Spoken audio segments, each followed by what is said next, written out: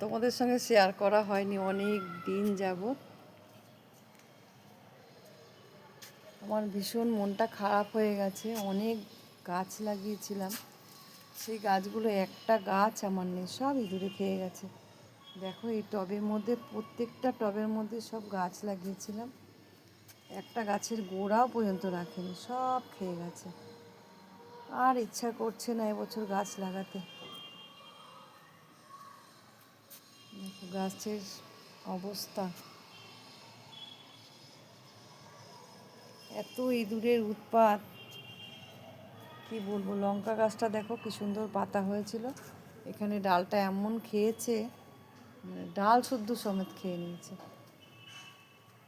দেখো এই ফুল গাছটাকেও পুরো ন্যাড়া করে দিয়েছে। কি গাছ লাগাবো? আমার এইসব গাছ কত সুন্দর ছিল।